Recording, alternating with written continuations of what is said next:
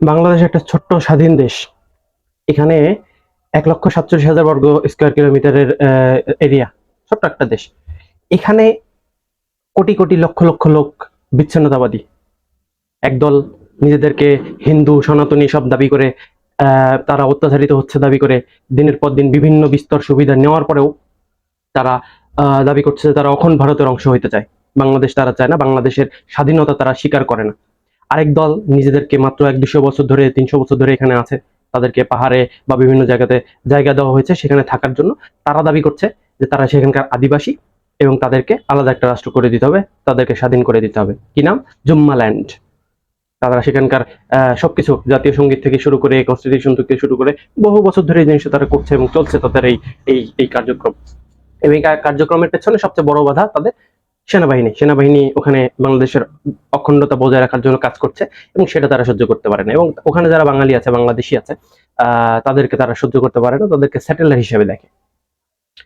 200-300 বছর ধরে একটা এলাকাতে থাকা একটা জনগোষ্ঠী, কয়েকটা জনগোষ্ঠী, এই এলাকার সবচেয়ে পুরাতন জনগোষ্ঠী বাঙালি, যাদের নামে এই এলাকার নাম, যাদের নামে হাজার হাজার বছর ধরে এই এলাকাতে এই বাঙালিদের অবস্থান, বসবাস, তাদেরকে তারা স্যাটেলার বলছে।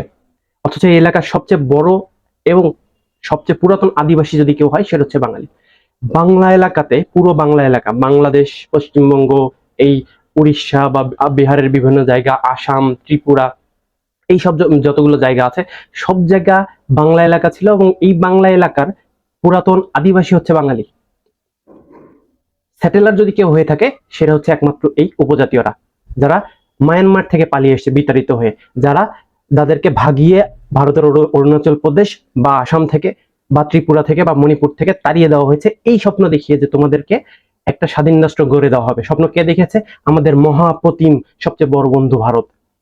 এবং তাদেরকে যে অস্ত্র সাপ্লাই দেওয়া হচ্ছে সেটাই ভারতই দিচ্ছে।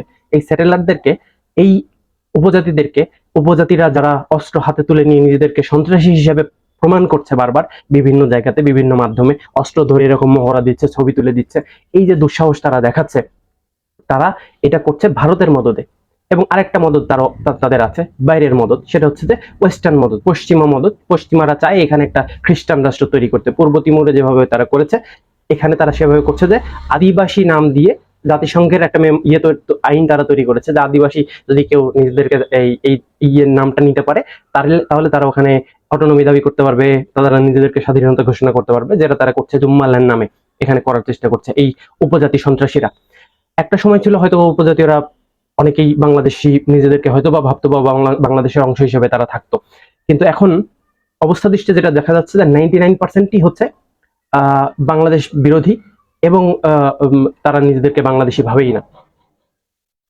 তারা নিজেদেরকে বাংলাদেশি ভাবেই না এবং বাংলাদেশিদের বিরুদ্ধে, বাংলাদেশের বিরুদ্ধে, বাংলাদেশের সেনাবাহিনীর বিরুদ্ধে তারা অস্ত্র তুলে নিচ্ছে। এই অস্ত্র পাচ্ছে তারা ভারতের কাছ থেকে, পশ্চিমাদের কাছ থেকে।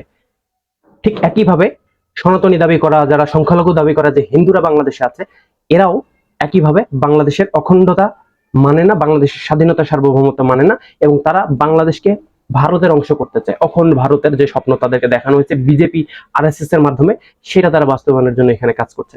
তো বাংলাদেশে এত এত দেশদ্রোহী, এত এত কিন্তু দেশদ্রোহী কোনো বিশেষ আইন কিন্তু বাংলাদেশে নাই। বাংলাদেশের দেশদ্রোহিতা করার জন্য বিশেষ শাস্তি কিন্তু নেই।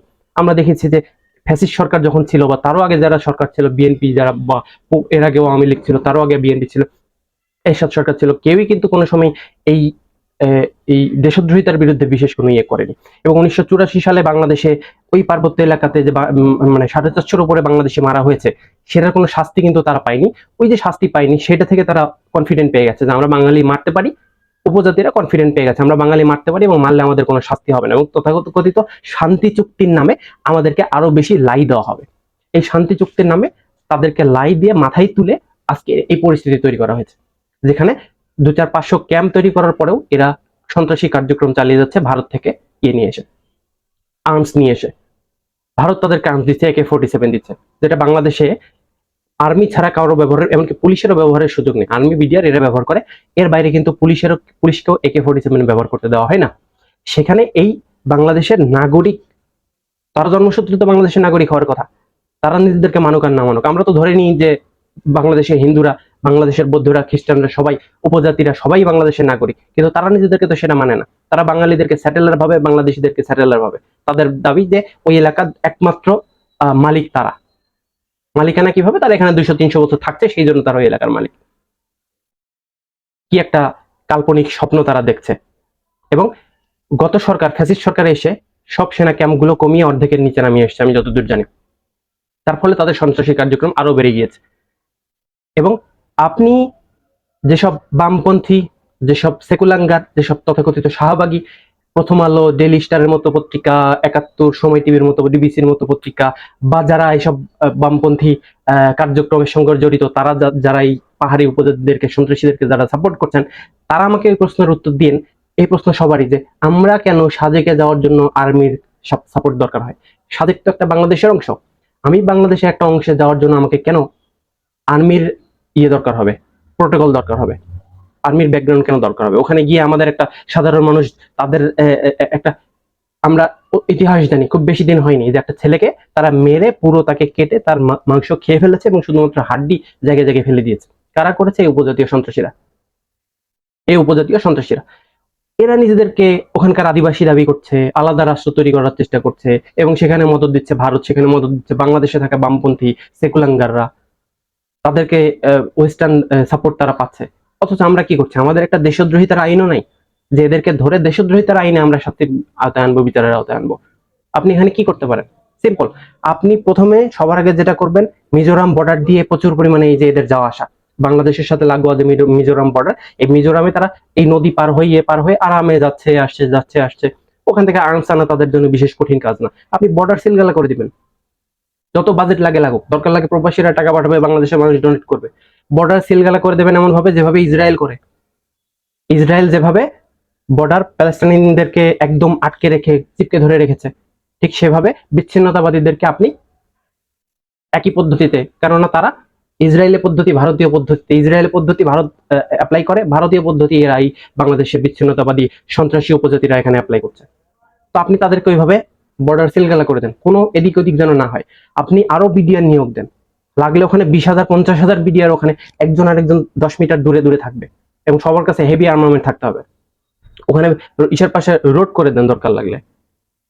যত রকম কানেক্টিভিটি বাড়ানোর দরকার, কেবল কার দিয়ে হোক, রেল দিয়ে হোক, ট্রাম দিয়ে হোক, যেভাবে হোক ওখানে কানেক্টিভিটি বাড়ান, পাহাড় এলাকাগুলোতে কানেক্টিভিটি বাড়ান, এবং চিরুনি অভিযান করেন। যত সন্ত্রাসী আছে সবগুলোকে পিছিয়ে মেরে ফেলে দেবেন। সন্ত্রাসীদের জায়গা, বিচ্ছিন্নতাবাদীদের জায়গা, বাংলাদেশের সার্বভৌমত্ব নিয়ে যারা প্রশ্ন করে, তাদের জায়গা বাংলাদেশের মাটিতে থাকা উচিত না। এইভাবে লাই দিতে নাই। এদিকে উপজাতি সন্ত্রাসীরা পাহাড়ে বিচ্ছিন্নতাবাদিতা করছে, আপনি এদিকে সমতলে একজন সনাতনী নাম নিয়ে নিজেদেরকে বিচ্ছিন্নতাবাদী প্রমাণ করছে, তারা নিজেদেরকে অখণ্ড ভারতের অংশ করতে চায়। স্বাধীনতা, সার্বভৌমত্বের প্রশ্নটা কোথায়? স্বাধীনতাটা কোথায় বাংলাদেশে? আপনি বাংলাদেশের স্বাধীনতাটা রক্ষা করতে দিচ্ছেন না। কি করছেন আপনারা? বিগত সরকার যা করেছে, পরবর্তী সরকার কি করবে? কিন্তু এখন যেটা করা উচিত, সিলগালা করে দেন, চিরুনি অভিযান করে সবগুলোকে সাটান, একদম সমান করে দিতে হবে। এরপরে কানেক্টিভিটি, কমিউনিকেশনটা বাড়াই দিতে হবে। রোড ট্রান্সপোর্ট বলেন, কেবল কার দিয়ে হোক, যেভাবে হোক ওই এলাকাগুলোতে বেশি বেশি কানেক্টিভিটি বাড়ান, এবং তাদেরকে যত সুযোগ সুবিধা দিয়েছেন সব কোটা সিস্টেম তুলে দেন। উপজাতিদেরকে, সন্ত্রাসীদেরকে কোনো রকম কোটা দেওয়ার কোনো কারণ নেই। সন্ত্রাসীরা কোটা ডিজার্ভ করে না, সেটা উপজাতি সন্ত্রাসী হোক বা হিন্দু সন্ত্রাসী হোক, এরা কোটা ডিজার্ভ করে না। যারা দেশদ্রোহী, যারা দেশের সার্বভৌমত্বকে মানেন না, তাদেরকে আপনি কেন কোটা দেবেন? তাদেরকে আপনি কেন কোটা দিতে যাবেন? এরকম আরো অনেক কিছু করার আছে। আমার থেকে আপনারা যারা ডিফেন্সে ইয়েতে আছেন তারা ভালো জানেন, বাংলাদেশের এখন এই তথাকথিত গোয়েন্দা সংস্থা কোনো রকম কাজ করছে না। গোয়েন্দা সংস্থা ডিজিএফআই বলেন, এনএসএ বলেন, তারা শুধুমাত্র কাজ করে এসছে কাদের জন্য? রাজনৈতিক দলের পিছনে। বিএনপি কে মারবো, জামাতকে মারবো, অমুক রায়না ঘরে নেবো। অথচ এদিকে আমাদের ধ্বংস হয়ে যাচ্ছে, আরেকজন দখল করে নিচ্ছে, নিজেদের দাবি করতেছে, পলিটিক্যাল এজেন্ডা, ডিপ্লোমেসি করতেছে তারা ক্ষুদ্র স্কেল। অথচ আপনি এত বড় একটা দেশ, একটা এতদিনের একটা দেশ, ডিপ্লোমেসিতে আপনি পারেন না। আপনার যোগ্যতাটা কি? আপনি পাবলিক মানিতে, পাবলিক ট্যাক্সে বেতন নিচ্ছে, আপনার যোগ্যতাটা কি? নিজেদেরকে প্রশ্ন করা উচিত।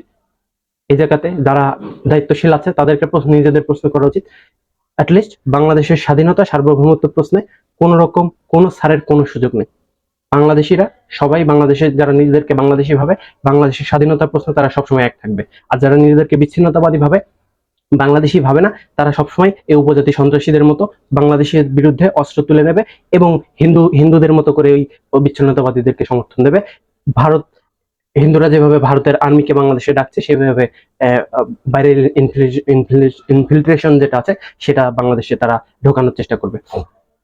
এটা চলছে, এটা বন্ধ করা উচিত, এগুলো থামানো উচিত। আদারওয়াইজ বাংলাদেশের স্বাধীনতা সার্বভৌমত্ব রক্ষা করা কঠিন হয়ে যাবে। বাকিটা দেখেন আপনারা যেটা ভালো মনে করেন।